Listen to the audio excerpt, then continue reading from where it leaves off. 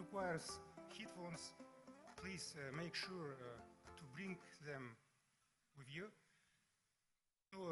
Кому необходимы эти наушники, пожалуйста. So, dear colleagues, those who need the headphones, you may take them. We are starting this fourth session, which is linked to the Central Asia, which is actually the third, because this is the third expert forum for the security and cooperation, and this conference is for the third time that we are gathering together. The second time was within the Astana Think Tank Forum just 2 months ago, which was in August in Tashkent city. On the previous sessions, we talked about the global problems, the nuclear proliferation, and one of the speakers, the Ambassador Rudenschol, I think he told very interesting thesis that we are living in a very interesting time where, for example, in previous time, only the big states ruled the modern policy, and when we were that time, and that time is ended, and I think that it's very interesting because we are talking for several years that we need to raise the middle powers, and in this context, as you may know, the Central Asia is developing, is changing. We see these positive changes in the regional context. And of course, all of us await the future. What will be in the future? What will be the future vectors, the future lines of the developing of Central Asia? And in November, we will have the 8th meeting in Tashkent. That is the stable format. It was tested by time. We have a lot of questions, a lot of topics to discuss, which are very valuable, very important to us to discuss. And of course, we have more questions to discuss, because it's not all depends on Central Asia. It concerns due to the climate change, due to water management. And all of these questions are in our agenda, and I think it's very important to discuss it on an expert level, to discuss these vectors of development, in what way we are looking, in what way we will develop our region, and what is the regional agenda nowadays. And our first speaker is the director of the Kazakhstan Institute for Strategic Studies, Jandol Shamardanov. Please, the floor is yours. So I think that we will have the format for 4 to 5 minutes for each speech. Please, the floor is yours. Thank you very much. Yes, we are in the end of the first day. We have the most interested people gathered here, who are very interested in the topic of Central Asia.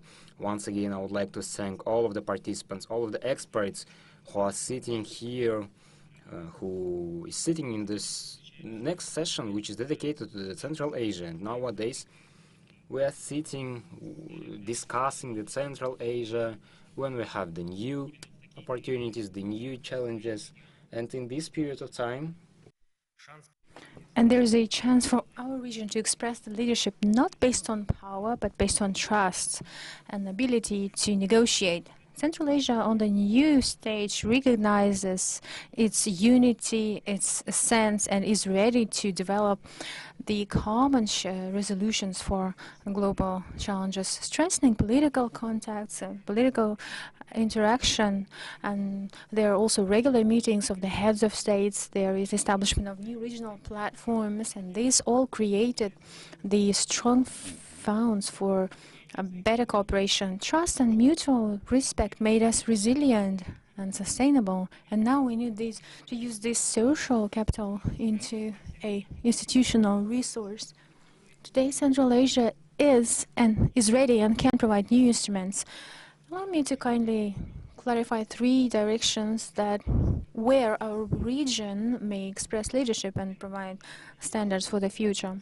First of all, the approach of recognizing the role of Central Asia in the world.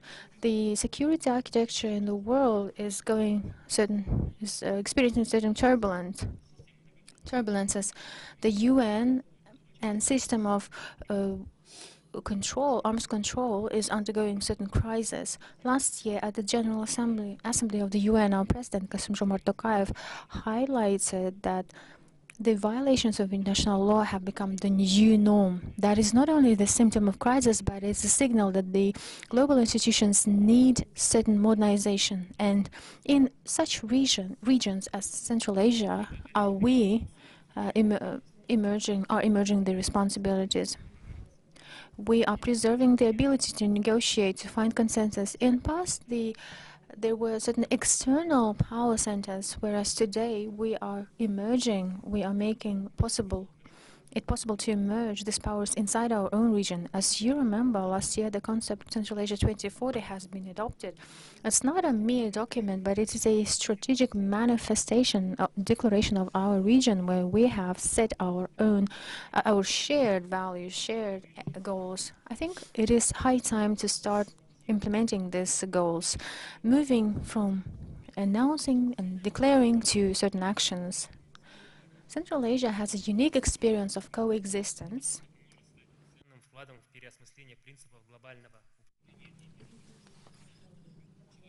And today the world is needed for the voices of countries that are not that need to raise the voice of middle powers, and in this context Kazakhstan is supposed to establish the expert alliance of middle powers, which could serve as a platform for synchronizing views, capabilities and projects, and such structure could become an intellectual tool for renewing the United Nations, developing coordinated approaches to security, sustainable development and responsibility. And one of the practical areas of its activities could be the promotion of the concept of war-free spaces as a foundation for a new philosophy of trust and preventive diplomacy.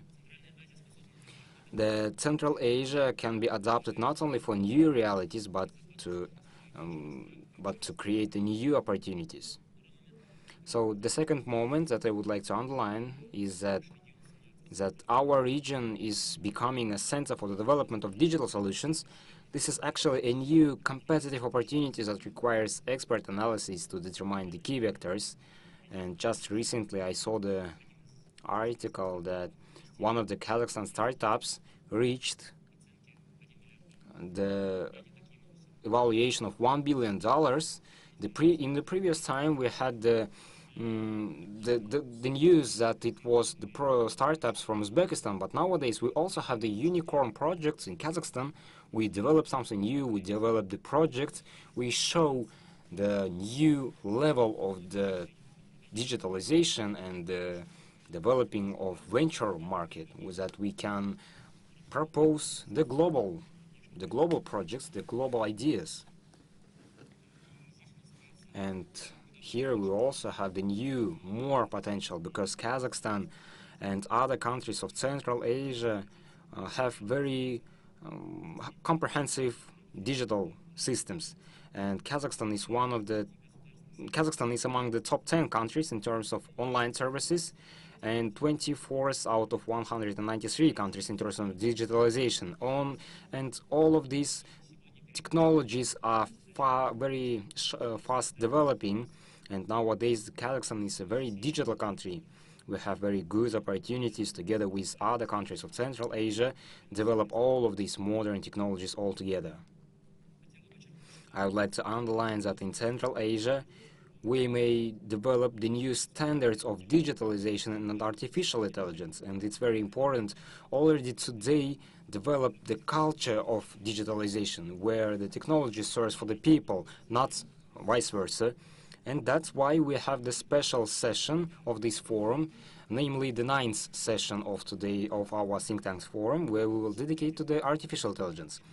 Third moment, that is the demographic dimension, because it's the key aspect in the digital development. And here our young population is a competitive advantage, because almost half of our country's population is under the age of 30.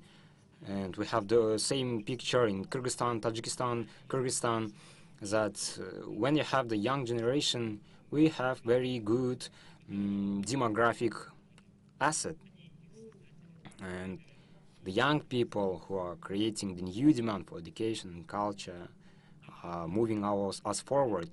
I think that I have a limit of time. I would like to make an underline for the topic that even our president, Kassym-Jomart Tokayev, emphasized in his address to nations that we need make a stress for our people, that we need to implement the concept throughout the whole life, that we need to implement for our people, starting from the school, in the university, the new skills that will be very useful in our digital sphere, in our digital world.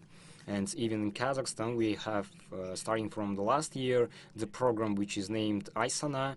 That is the program for learning artificial intelligence and new technologies, and already 140,000 of people went through this program. And in the question of demography, we also make lots of attention for this topic. And yesterday and tomorrow you will see on our special session that we will discuss the question of demographic, how it will change, how the demographic topic will change in our region, what are the water situation in our time. So, dear colleagues, our region has entered a new stage of maturity, and we are united not only by challenges but also by common solutions. And today we need to move from policy of good neighborliness to a policy of coupled development. And if we can join our efforts in global initiatives, digital technologies and scientific potential, Central Asia can become a space of the future and an example for other regions. Thank you very much. Thank you. Thank you. Thank you very much. Quite an interesting speech. Digitalization indeed is a trend, and introduction of AI is also crucial. Going back to our digitalization agenda, in our neighboring Iran, there is desertification, lack of water resources. I don't think Central Asia is climatically different from that region. We have the same issues on our agenda, and probably it will only grow more and more sophisticated. How can we tackle these challenges within our country? Yes, indeed, water is crucial, critically important item of our agenda, not only within Central Asia, but worldwide. Water is the mirror of trust between our states, between our countries. We see that when there is certain coordination in the regulation of transborder rivers, transborder waters, when regulating those, we do not only regulate the water resources, but we are regulating the stability within our region. Therefore, the role of our think tanks is essential, because there is a notion of water diplomacy, regulation of transport of waters. All of this is based first and foremost on data, on models that we develop jointly, and also on forecasts, because forecasts do matter when making decisions. We should establish an analytical network, think tanks networks between our research centers that will elaborate this kind of models that will help us, that would facilitate decision-making processes. And we should be able to propose certain decisions when cooperating with the institutions of the UN, of the World Bank. They also propose infrastructural solutions for our region, and this also includes the participation of Afghanistan, because we all share the same water resources system, water resources network, and whether it's water security or water management, this all affects our whole region. So it is crucial to elaborate jointly certain mechanisms and products. And these kind of platforms help us to do so, help us to find certain solutions to tackle these challenges. Thank you very much, Shantos. Regarding water resources, in Central Asia, the most water-sufficient states are Kyrgyzstan and Tajikistan. Tajikistan has a unique experience, and they used to be at the crossroads. They could have very different economic and political development route, but they coped with all the challenges. Our next speaker is Mr. Usmandallah Khairuddin, the director of the Center for Strategic Research under the President of the Republic of Tajikistan. Thank you. First of all, I'd like to express my gratitude to the Institute of Strategic Studies of the Republic of Kazakhstan and also for the invitation. Indeed, Tajikistan has a huge amount of water resources, and almost 60% of water resources of Central Asia belongs to Tajikistan or is developed in Tajikistan. And using these water resources is somehow intertwined with many challenges within our region. There is like erosion.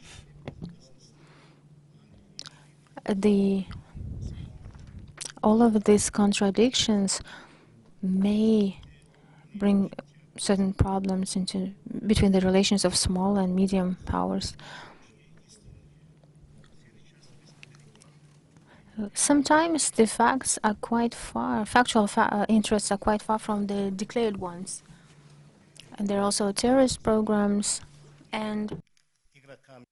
And furthermore, the threats of transitional terrorist groups are also in most cases fueled by major players and primarily directed against these countries, and consequently they are now forced to focus their resources more on ensuring their own security and stability than on implementing socio-economic development measures and other challenges that we were mentioned here. One of these very important the important step is going through the Central Asia region. It is currently experiencing one of these fateful stages in its development, and the Central Asian region has avoided the dichotomy of alternative models of political and economic development, thanks to a synthesis of elements aligned with our development goals, both with the Western modernization strategy and emerging alternative Asian or developing society modernization model. And for example, today in Tajikistan we have the national agenda up to 2030, where we also have different scenarios for the development. And that's why in our countries we have such agendas, such works that is undergoing, and this focus on developing economies has the potential to mitigate the negative influences inherent in contemporary international relations, which are becoming a factor of instability and uncertainty. And the Central Asia, located at the crossroads of interests of various poles of power, striving to form a polycentric global system, recognizes that multipolarity alone cannot guarantee stability and sustainable development.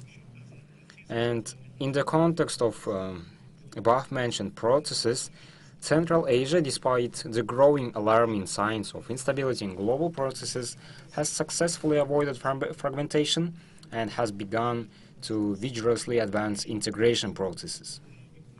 And they adopt an impartial position on many issues, allows it to avoid the danger of being drawn into the sphere of attraction of competing blocs, existing coalitions, and emerging ones. It should be noted that progress along this line, in turn, contributes to the economic growth of Central Asian countries. And to actively pursue this course, the countries of Central Asia must not only work together to counter numerous existential threats, ensure food and energy security, and preserve their biodiversity, but also continue to make efforts to participate in addressing many global issues in energy, climate, transport, and other fields. I think that this is the global initiatives in using the water resources, and I think that it's actually very popular in our region, and we need to make it, and we need to discuss it more. And thus, one important aspect of the public life of the countries of Central Asia today is their involvement in global processes, the pace of which has accelerated dramatically nowadays. And those circumstances naturally necessitate development of adequate paradigms for understanding and responding to global and regional processes that are under discussion nowadays. And the countries of Central Asia actively discuss the question of counterterrorism, combating the drug trafficking and other threats. I think that we have two main platforms where we discuss it, where we attract not only the governmental bodies but also the civil society. For example, in Dushanbe, we discuss the water question, and we also discuss the transnational drug trafficking. And we also see that nowadays the current work becomes more institutional, because over the last years we already developed the actively working institutes. For example, for water management, we also have intergovernmental commissions, the Fund for Saving RLC, that are effectively working nowadays. And these initiatives are supported by the UN also. And based on this, it's very important to create the new solutions for the harmony life with each other. And I think that these initiatives will give us the new opportunities that are based on mutual respect and mutual development. And we are really glad that among the countries of Central Asia we have such a good relationships that give us a very good result. And that one of the vivid example is the Dushan Declaration, which was signed this year, and that is the agreement on the borders, which was signed between three countries, between Tajikistan, Kyrgyzstan, and this agreement solved not only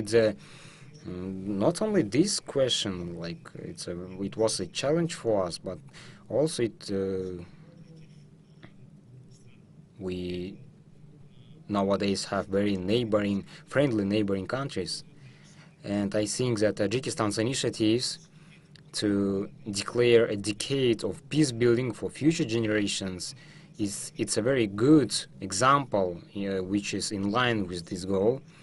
And I think that the balanced development of our region should have the consultative platform between the heads of state, and for example the platform C5 Plus is also very effective.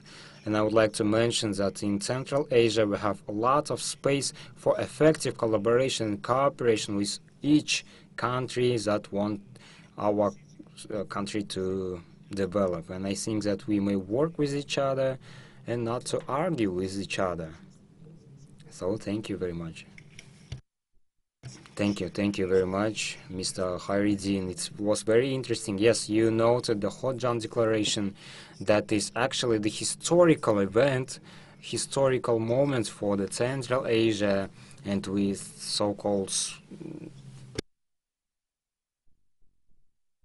that we moved on our page in our book of history.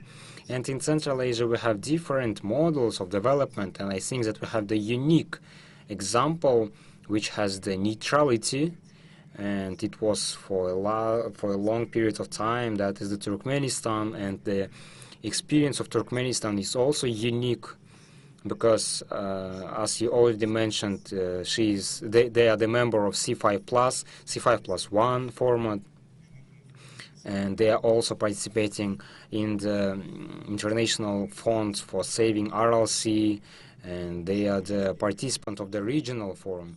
And our next speaker is Ambassador Extraordinary and Plenipotentiary of Turkmenistan, Mr. Batyr Recepov. Thank you very much. Good afternoon. Distinguished participants of the forum, first of all, I'd like to express my gratitude to the host of this forum and also grateful for the invitation to be part of this session. For Turkmenistan, this will bring detailed information about the importance of 2025.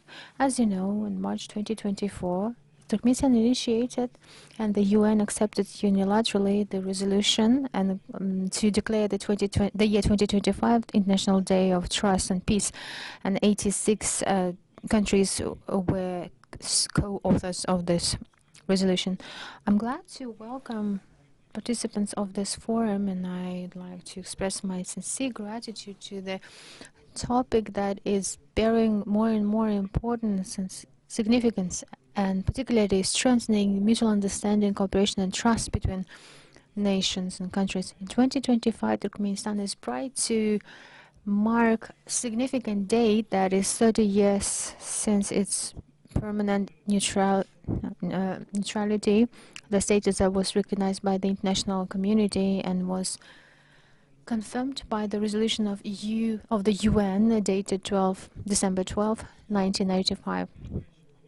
This is a historic step, and that became the core pillar of the foreign doctrine of Turkmenistan and the proof of the fact that the country is striving to peaceful and independent development. Neutrality is one of the key pillars of Turkmenistan. Turkmenistan has expressed the commitment to this course, to this principle. Such a coherent policy was accepted at the global international arena, and the General Assembly of the UN has adopted three important resolutions devoted to the neutrality of Turkmenistan. That was in 1985, in 2005, and in 2025. The last one was adopted on March 21st, 2025, unilaterally, highlighted once again the significance of Turkmenistan's model of neutrality in the challenging times of the international politics. And Turkmenistan has this preventive diplomacy mechanism and provides a platform for dialogue and international cooperation. Moreover, this status is also considered as a positive example to other countries striving to peaceful coexistence, sustainable development, and respect to the principles of international law.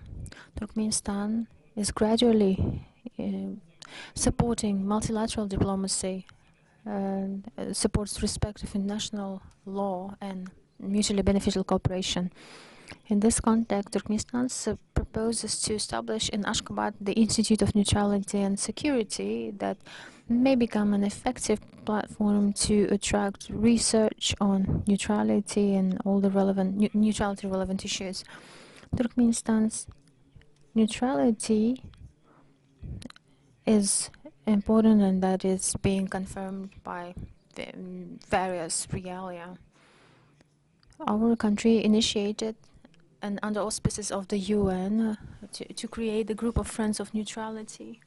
As of today, the Group of Friends of Neutrality includes more than 20 countries committed to mutual respect, dialogue, and non-interference. Such an expanded participation proves the topicality and significance of the policy of neutrality within the modern international realia. And using this opportunity, I'd like to express my sincere gratitude to the Republic of Kazakhstan for a comprehensive support and the activity of this organization. The systems of international coordination is also topical, and President of Turkmenistan helps to delineate new horizons of partnership in global political arena. In this regard, in December 2023, As part of the 79th General Assembly of the UN, a resolution was adopted, presented by Turkmenistan on behalf of Central Asian states, an agreement on a nuclear weapon-free zone, on zone free from nuclear weapon, and this treaty, this agreement is an essential element of global regime of non-proliferation and is in 2024, as part of its chairmanship, Turkmenistan made a significant contribution to the dialogue between non-nuclear zones. A Jubilee summit took place in Ashgabat to mark the 25 years of the agreement of zones free of nuclear weapons. And a corresponding memorandum was signed with the Latin America Agency on nuclear non-proliferation. This document turned out to be a significant step in ensurance of peace and security on the planet. The main peace-building efforts of Turkmenistan include the principle of the Charter of the UN and the international norms, including the international law that provide basis for peaceful resolution of any international conflicts. According to UN resolution, Turkmenistan's permanent neutrality helps to implement principles of neutrality devoted in aiming at gaining peace and security. We need to create a chamber under the auspices of a Turkmenistan chamber under the auspices of UN. This will help to reach peaceful negotiations and to resolve conflicts. For the first time, the agenda of the 18th Assembly of the UN includes the. In this regard, Turkmenistan initiates the resolution, the role and significance of neutrality in strengthening international peace and sustainable development in the first half of 2026, based on the resolutions adopted earlier. Given the transnational challenges, including the international terrorism, Turkmenistan finds it necessary to join efforts based on preventive diplomacy and based on mutual respect and international law. Based on its permanent neutrality, Turkmenistan highlights significance of expanding partnerships with the UN in the field of combating transnational crimes, and Turkmenistan supports the counter-terroristic activities of the UN. We are expanding our partnerships with the relevant UN structures and divisions. We have led certain negotiations, and we are proposing an initiative of launching the Office to Combat Terroristic Actions on early prevention of terroristic acts. The new office will be a global platform oriented on preventive measures based on the experience of the existing early prevention system. Policy of preventive diplomacy is implemented gradually by Turkmenistan and aims at eliminating potential challenges before they occur based on dialogue, trust, and mutual understanding. As an example, the example is the launch of regional UN Center on Preventive Diplomacy in Ashgabat. This peculiar structure was established based on the resolution of the UN and supported by the neighboring states. During its existence, the Regional Center on Preventive Diplomacy has recommended itself as an efficient platform consolidating the UN and Central Asian states in their aim to strengthen peace, mutual understanding, and partnerships. Today, This center cooperates successfully both with the region states and international organizations. New formats of interaction, including Academy of Preventive Diplomacy, the Dialogue of Women in Central Asia, have been established, further strengthening will be based on the international legal framework, and this led to 2 resolutions of the UN. That is the role of the regional center of the UN on preventive diplomacy for Central Asia. Dear participants of the forum, peace and trust is the fundamental pillars to gain the international order. 21st century international society is facing lots of challenges, be it political, humanitarian, economic, and growing environmental threats. In this very environment, the year 2025 was declared the Year of Trust and Peace and initiated by Turkmenistan and adopted by the UN. This initiative reflects the collective strive of states to strengthen mutual understanding, solidarity, and peaceful coexistence as if there as a non-alternative. Thank you very much for your attention. Thank you very much for quite an interesting speech. We are on the eve of the 30th anniversary. Turkmenistan is getting ready, and we know that you are planning huge celebrations both on the regional level and on the UN level. Your proposal to create the Institute of Neutrality is quite an interesting suggestion, because Turkmenistan has lots of institutes. Institute of Desert Studies, for instance, is also crucial, especially given the water resources challenges that we're facing. And Turkmenistan has a unique experience of interacting with neighbors. Take, for instance, the case of Afghanistan.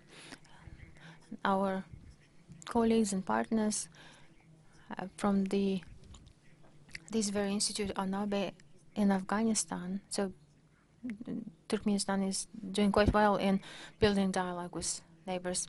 We are talking about multilateralism. Many states are committed to this multilateralism, but it is important to understand the internal changes that is taking place within the societies of Central Asian states. Maybe we should focus on certain social changes that are taking place within our societies. That is also a significant aspect. I think Kyrgyzstan is a country with a unique experience in terms of reforms. They are now also undergoing the stage of dynamic reforms. Our next speaker, the Deputy Director of the National Institute of Strategic Initiatives under the President of Kyrgyz Republic, Shumkarbek Adalbekulu.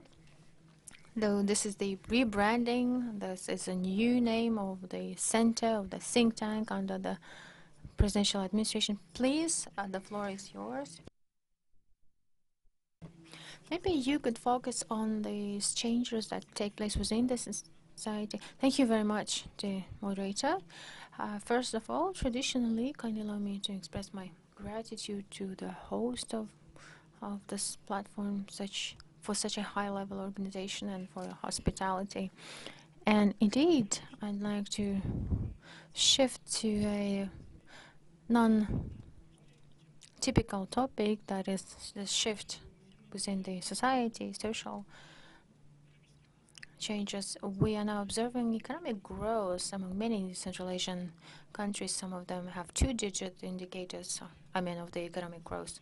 And all the economic professionals or the economists understand that this kind of performance is due to extensive factors, and they may be the cause or the result of new logistics routes, the modernization of financial and investment flows. And according to many calculations, this trend may last up until 5 years maximum. That is, we have to be ready that this trend may one day stop, and we should be ready for extensive factors of economic growth. What are they? It is when a country, due to productivity or performance, due to innovations, the country is able to create sustainable economic growth. And the main role in this direction is given to social cultural characteristics of society, which defines to what extent society is ready, is open to innovations, to what extent is society ready to individualism, what is the level of trust, what is the level of power distance. There are several key indicators in this regard. Why I believe that this is important for Central Asian states. Literally, quite recently, Nobel Prize in economy were declared, laureates were declared, and a number of scientists show that technologies define the economic growth, and they proved why this works. And moreover, they could prove how it works. They hope to prove how it works. We need to define how it works and why it works. And in my understanding, if we project this mechanism, the states use policies and their institutions, and they believe that this works, and they develop policies, and the population takes the role of certain so-called instrument, which helps us to gain the result. Therefore, we should work in this direction so that we can gain, first of all, results of integration processes that are taking place, and we should be able to create sustainable economic growth. I'd like to answer the question. I'd like to stop on two main reasons why this is important. First, the level of income and the average age of our population of our countries. In some 10-15 years, it's quite possible that some of our countries will be in the trap of average income, and they will face problems with the government will be facing problems of implementing their obligations, state obligations. And in this regard, stable economic growth should guarantee the implementation of the key public functions, state functions. The second reason, as we know, leaders of states, they have the roles of triggers, and they may become some black swans as per Taleb. And certain circumstances, based on their political decisions, may be that of negative or positive. And then when a certain statesman makes a positive trend, the population gains certain benefits, the income rate grows, life is getting better. But there are certain statesmen who create negative consequences, and population has to cope with these negative consequences. And we, via social cultural peculiarities of the population, could prepare our population to these kind of consequences. And I'd like to bring as an example the role of our president. We had a border conflict that was not resolved during 30 years, and based on his diplomatic skills and political will, the president was the trigger and helped to resolve this issue. And in Central Asia, we now observe that diplomatic ways can help to establish stability. And given the fact that we have explored our works, the works of our colleagues, maybe I have skipped something, but there are no special scientific studies or analytical materials devoted to exploring the social There are peculiarities of our states, so we call to work jointly and create a certain research in this direction and try to understand what country and what population has what kind of advantages and benefits and what will this give to Central Asian states. And we should also be ready to new challenges and be ready to create the foundation for economic growth. That's all with me. Thank you very much. Thank you very much, Mukarbek Adilbekova. Such an interesting mix. Triggers, black swans, leaders. Quite interesting. Quite an interesting allegory in comparison. I hope that all our leaders are white swans, and hopefully we do observe positive changes, including within the regional agenda, and we observe such changes in Kyrgyzstan. We are more than ready to this kind of research because we need to synchronize not only our external political agenda but also social changes within our societies, and we indeed need to explore each other better.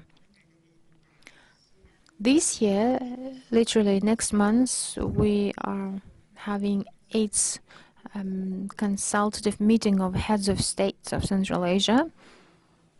And on the eve of this meeting, the expert meetings are normally held, and all the representatives of the institutes present here are the part of this forum. 2 years ago, Tashkent was receiving and successfully held the forum in August. And certain recommendations and agenda have been adopted. And based on the Institute of Strategic and Interregional Research under the President of Uzbekistan, these ideas have been accumulated, and I kindly ask our next speaker, Mr. Mustafa Bakhtior, the Deputy Director of the Institute of Strategic and Interregional Studies.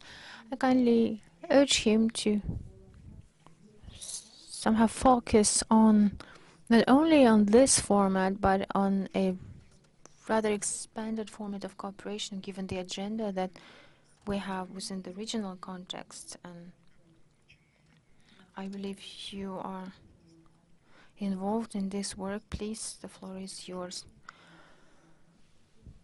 Thank you very much. First of all, I'd like to express my gratitude to the Kazakhstani Institute of Strategic Studies, our partner, long-time partner. The topic of our session is quite topical. Previous speakers have reiterated, highlighted that the region is now entering the new stage of regional cooperation. I'd like to draw your attention on separate peculiarities within our region that did not exist before. First of all, as part of regional cooperation, we have very efficient cooperation mechanisms, and we're enhancing our legislative framework. As of today, about 17 formats are in place on the level of parliament, on the level of ministries and state agencies, on all levels, both horizontally and vertically. We're actively developing regional cooperation. We've re-established the dialogue. We're strengthening mutual trust, and that helped us to tackle many pressing issues, regional issues, including the border issue, the rational use of water resources, transport issues. Second, regarding strengthening our economic cooperation, I'd like to emphasize that we are observing not only the growth of internal regional trade, but we see the new quality level, and we observe that states are striving to establish joint ventures, the new industrial facilities and enterprises are being established. First of all, that is in the automobile field. That is what we have with Kyrgyzstan, Kazakhstan, and Tajikistan. Also, we are implementing joint projects. For instance, Kambaratinsk hydropower station. The next level is strengthening trans-regional cooperation. We're not only actively developing joint ventures, but we are reaching third regions in terms of export of the renewable energy sources. We've signed agreement was signed between Azerbaijan and Kazakhstan, and on construction of railway station within these countries, railway networks. Next aspect is geopolitical. Central Asian voice is becoming louder and louder today, and many examples were already brought today. As the UN has adopted more than 20 resolutions that have been initiated by Central Asian states, and during the last 8 years, the amount of these resolutions reached 25. Moreover, the format Central Asia Plus also serves as a proof of the growing geopolitical significance of our region. In the meanwhile, we understand there are lots of challenges that we need to resolve, and I'd like to draw your attention on the range of challenges, both related to internal and external factors. First and foremost, this is geopolitical turbulence. It's critical and important for us to establish. I think that Central Asia should be left as an open space, and since Silkway times, this region is on the crossroads of interest of many powers, and we should be open to constructive dialogue. That is the key foundation of our progress. Our economies depend a lot on resources and agriculture, oil and gas, and 85% of the population lives in rural areas, and agriculture provides 20% of the GDP.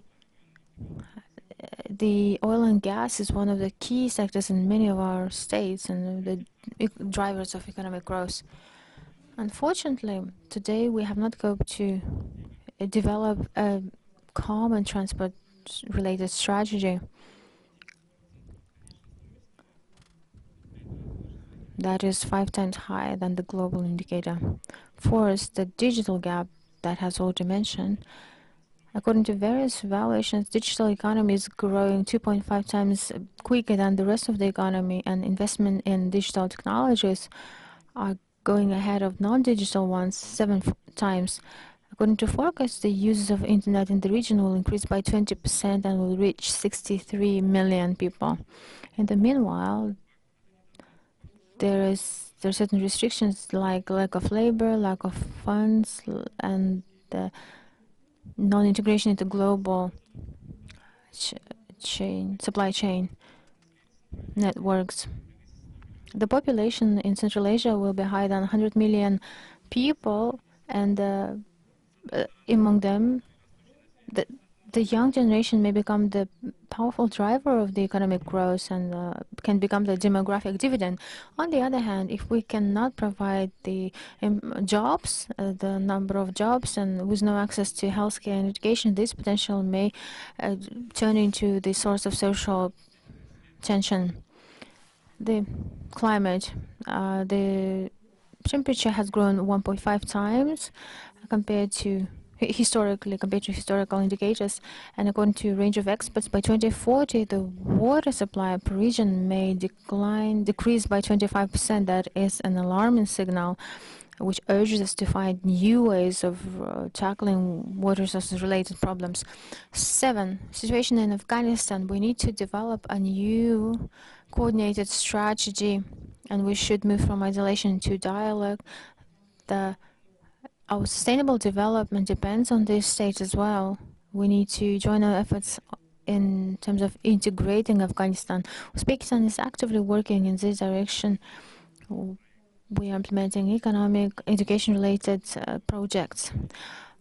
Given all the above mentioned, I'd like to draw your attention on the necessity to consolidate, to join efforts. First, we need to deepen the political dialogue and strengthen the trust, including on the issue of international security. Second, we need to strengthen the coordination of cooperation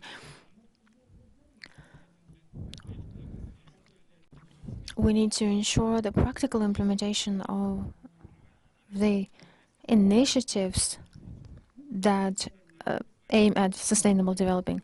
Third, we need to provide barrierless transportation of goods and services. In a separate attention should be given to developing skills and competencies. Every region has their own peculiarities, strengths, and we need to consolidate our efforts and to make our economic cooperation reach a rather higher level. Uzbekistan stands for harmonization of standards and developing internal systems and launch of new air and railway networks and routes. And the last one, strengthening regional cooperation in water security, climate change, demographic resilience. Effective implementation of these tasks will help us to adopt a comprehensive sustainable development program within our region. Thank you very much for your attention. Thank you. You've highlighted the demography as both the challenge and the opportunity for the whole region, and indeed that is quite so. You've highlighted the growth and the prevailing amount of the younger generation. Uzbekistan is one of the most populated states in our region, and indeed this comes with certain challenges. This corresponds to economic, climate, water resources issues. Thank you very much. Unfortunately, we run out of time, but we may receive one question from the audience to our speakers. Good afternoon. Ayslu Moldabekova, Institute of Economy and researcher at Narcos University. I have a question to all the panelists. You've all highlighted the demographic growth and the decrease of the average lifespan age in Central Asia. These are huge challenges, and these are social and political challenges for Central Asian region. My question is, what opportunities do you see to transform the quality of education and for cooperation in research? We probably need to actively build up our capacity so that this demographic perspective won't turn into a threat. Maybe we need to improve the quality of human resources in Central Asia. Can you highlight the main directions for further development, and how do we use effectively the growing human capital? Thank you very much. That's quite a significant issue. You've probably seen the rating of Times Higher Education. I'd like to emphasize that Kazakhstan and other Central Asian states have ranked higher. And one of our universities, Nazarbayev University, is now in top 500, and there are 5 Uzbek universities that have been included in this education rating ranking as well. That proves that the education quality is getting advanced, getting improved, and we are opening lots of foreign branches of the foreign universities within our countries, and this is also a firm step for further development towards quality. Last year, at the Agency of Strategic Planning and Reforms, we've met with delegations from Uzbekistan, and we've launched joint education programs. For instance, at Nazarbayev University, they have a scholarships grant and scholarship waivers for students from Central Asian states. The same was done in Turin University in Uzbekistan, and I think this is a great and correct attitude in aiming at improving the quality of education. And there was a thought and notion that we need to develop focus on inclusive development. There was a lecture by Darren Jamoglo in this very room who was talking about inclusive growth. And I'd like the topics of our forums focus also on inclusive development within our region. Thank you. Thank you very much. According to Tajikistan Development Strategy 2030 development strategy, along with the economic growth, we aim to create 100,000 workplaces for our population. But the growth rate of our economy cannot quite cope with this aim, so we are trying to find solution via the system of education. And we've adopted state programs in this regard, especially focusing on intensive studying foreign languages, including English and Russian languages, and this helps us to implement our strategy on developing secondary and special higher education. And many of our citizens are enrolled in Central Asian universities and beyond Central Asian universities. So there are certain measures being taken in this regard. Hopefully in future we'll be even more efficient. May I also, please, sure, please. In Turkmenistan, we've adopted the youth program, which focuses on the choice of future profession for our youth. Ministry of Education helps to helps to choose a profession. At the moment, there are 5,000 Turkmen students that are enrolled in Kazakh universities. We are not here studying for the teacher of physical education, but we send our students to study green energy, hydrogen studies, and our youth policy. As part of our youth policy, this kind of programs are being implemented. Thank you very much. I'd like to highlight that undoubtedly it is a significant task for our country, and we've noticed an interesting moment. Yes, indeed, we have lots of academic scientists and lots of scientific articles, inventions. Unfortunately, mechanisms from labs to shops does not work. All the initiatives, they either stay on paper or in labs, and we've noticed that there is no connection between the lab and the shop. The bridge that would allow a product go from lab to shop is not in place, and we need to provide step-by-step support of the process. And also, I'd like to highlight once again that we should not compete in this direction. Maybe we could provide and develop a joint mechanism. Maybe we would have the lab and you would have the shop, or vice versa, you would have the lab and we would have the shop. So we would establish mutually beneficial terms and conditions for all the states. Thank you very much.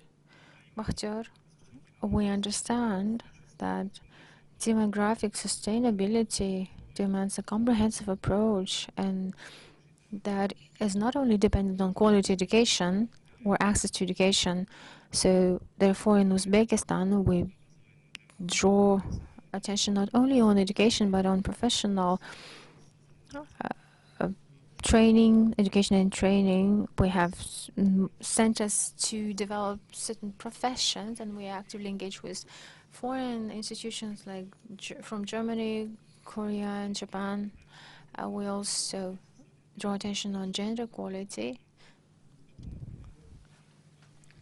And I wanted to emphasize that As part of our youth policy, we provide conditions for employment, like we provide land slots and loans. Thank you very much. Thank you, dear colleagues. Our session has come to its logical end. I'd like to express my gratitude to all the participants of today's session. And a small announcement, along with coffee break, we shall have a side event presentation report on Central Asia, Afghanistan, cooperation, challenges and opportunities. Please feel free to go and listen this side event that will be